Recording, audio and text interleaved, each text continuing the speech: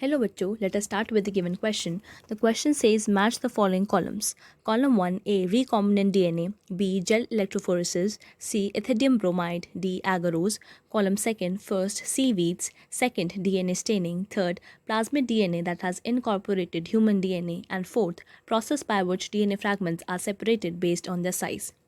Option A for codes ABCD 3421, Option B for codes ABCD 3214, Option C for codes ABCD 2143 and Option D for codes ABCD is 3412. सबसे पहले इस question को solve करने के लिए आपको ये पता होना चाहिए कि क्या की कंसेप्ट इन्वॉल्व है. So let us right the key concept involved in this question and that is having the knowledge of gel electrophoresis. देखिए, जेल इलेक्ट्रोफोरेसिस इस नाम से हमें क्या पता चलता है. इस नाम से हमें पता चलता है दैट जेल, यहाँ पे किसी जेल का यूज़ हुआ होगा. इलेक्ट्रो का मतलब होता है इलेक्ट्रिक फील्ड और फोरेसिस का जनरल मतलब होता है मोशन. इसका मतलब हमें कुछ बात पता चल रही है कि जेल इलेक्ट्रोफोरेसिस इस प्रोसेस में हम क्या करेंगे, हम किसी जेल का इस्तेमाल करेंगे, इलेक्ट्रिक फील्ड को अप्लाई करेंगे और मोशन को ऑब्जर्व करेंगे. सो एग्जैक्टली इस प्रोसेस में क्या होता है. इस प्रोसेस में हम डीएनए फ्रैगमेंट्स को सेपरेट करते हैं अकॉर्डिंग टू देयर साइज़. यानी जिसका साइज़ छोटा होता है वो ज़्यादा ट्रैवल करता है टुवर्ड्स दी एनोड. ये इसका बेसिक आइडिया होता है कि डीएनए फ्रैगमेंट्स को हमें कैसे सेपरेट करना है साइज़ के अकॉर्डिंग. तो हम किसकी हेल्प से करते हैं, जेल इलेक्ट्रोफोरेसिस की हेल्प से. इसके अंदर हम इस्तेमाल करते हैं एक जेल का, दैट इज़ एगरोस जेल, जो कि हमारा एक मैट्रिक्स या मीडियम की तरह एक्ट करता है.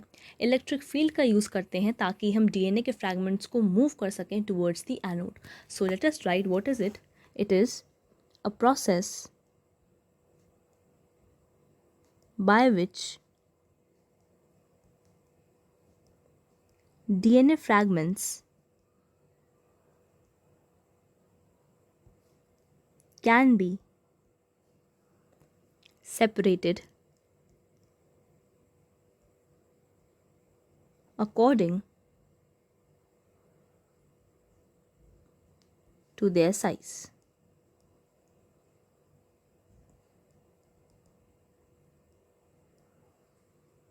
Now let us start reading the options.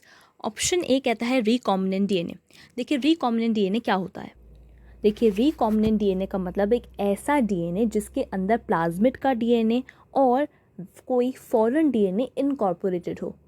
That is, अगर ये है हमारा एक foreign DNA and this is the plasmid. ये हमारा प्लाज्मिड है जो कि क्या होता है, हमारा व्हीकल होता है, और we can call it as vector. So जब हम प्लाज्मिड के अंदर फॉरेन डीएनए को इनकॉर्पोरेट कर देते हैं तो हमें मिलता है हमारा रिकॉम्बिनेंट डीएनए.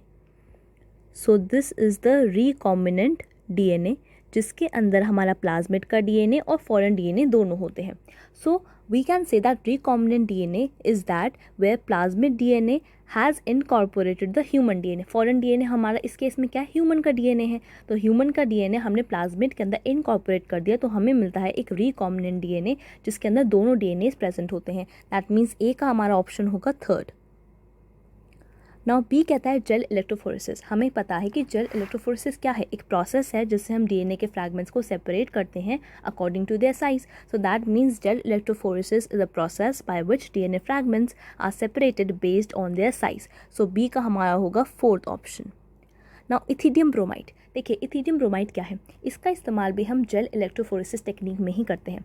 इथिडियम ब्रोमाइड क्या होती है, एक डाई होती है जिसका इस्तेमाल हम करते हैं डीएनए फ्रैगमेंट्स को देखने के लिए. हमें डीएनए फ्रैगमेंट्स विजिबल लाइट में नहीं दिखते तो हमें उनको एक डाई से स्टेन करना पड़ता है, दैट इज़ इथिडियम ब्रोमाइड. और उसके बाद उसको हम यूवी रेस के अंदर देखते हैं ताकि हम यूवी लाइट के अंदर देखकर उन फ्रैगमेंट्स को देख सकें, हमारे लिए वो विजिबल हो सकें. सो इथिडियम ब्रोमाइड क्या है, it is used for staining the DNA. So we can write that ethidium bromide क्या करता है, स्टेन करता है डीएनए को and it provides orange colour.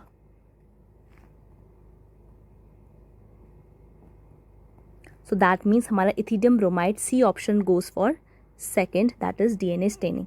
And agarose हमने जेल इलेक्ट्रोफोरेसिस में इस्तेमाल करा था एक जेल का, एंड उस जेल का नाम होता है एगरोज जेल. और ये जो एगरोज जेल होती है ये एक नेचुरल पॉलीमर होता है जो एक्सट्रैक्ट किया जाता है from seaweeds. So what is agarose gel? It is extracted from seaweeds. और सिंस ये जेल है तो ये किस लिए काम आता है? It acts as a medium और we can say a matrix, ताकि हम DNA फ्रैगमेंट्स को इसके अंदर रख पाएँ. सो एगरोज क्या है हमारा? Seaweeds. So D option goes for first.